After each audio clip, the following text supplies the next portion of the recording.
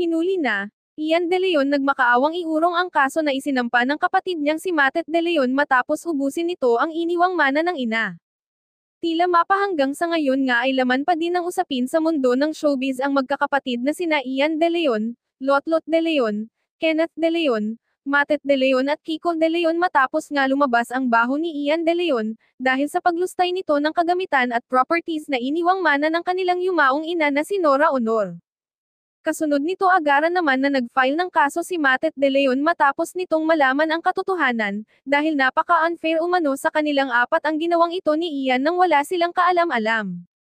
Ngunit sa pagkakataon naman na ito ay agaran namang pinaburan ng korte ang siyang inihain na kaso ni Matet kay Ian.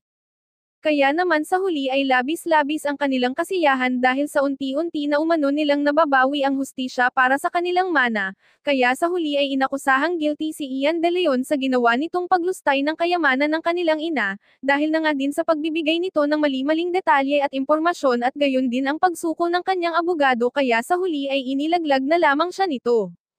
Sa kabila naman nito ay wala nang nagawa pa si Ian kundi maiyak sa mga nangyayari, dahil hindi umano niya akalain na mabubuking siya ng kanyang sariling mga kapatid sa ginawa niyang kalokohan at pagiging sakim sa mana. Ayon sa panayam ni Ian, sobrang hirap dahil hindi naging madali sa akin ang lahat ng ito, halos walang araw na hindi ako nakakain at nakatulog dahil habang tumatagal ang mga araw ay nilalamon ako ng aking konsensya dahil sa aking ginawang kamalian.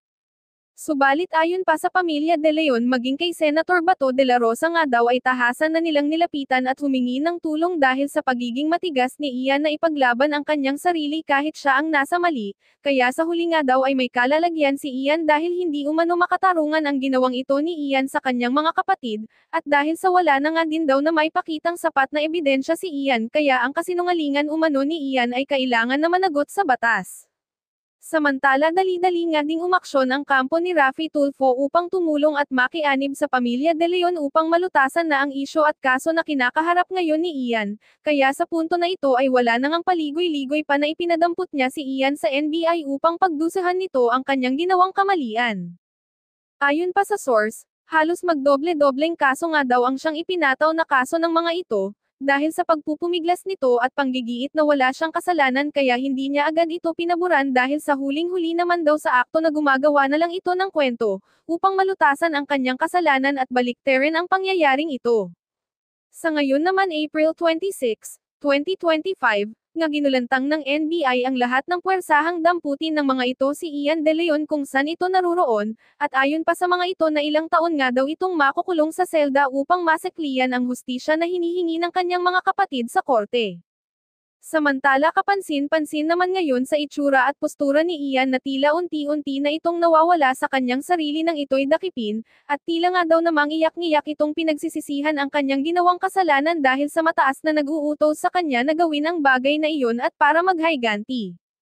Ayon pa sa naging panayam ng kapatid ni Ian, kailangan nga daw na panghabang buhay na makulong sa selda si Ian para pagdusahan nito ang kanyang kasalanan na ginawa sa kanila.